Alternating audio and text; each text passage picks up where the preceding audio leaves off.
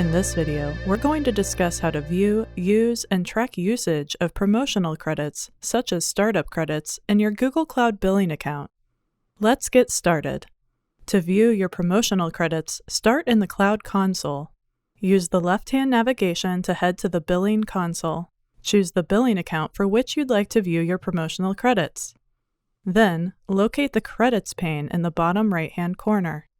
Click through to Credit Details to see a list of your credits, including the credit's original value, remaining value, start date, and end date.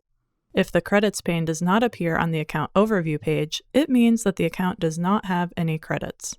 Note, it may take up to 20 minutes after redeeming credits to see them in the console.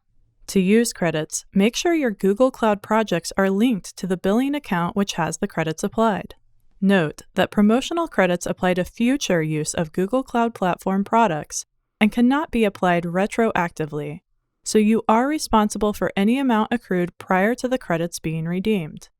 Credits are valid for the given time frame after redemption date, which is viewable in the credit details you saw earlier, or when the credits are fully depleted, whichever comes first.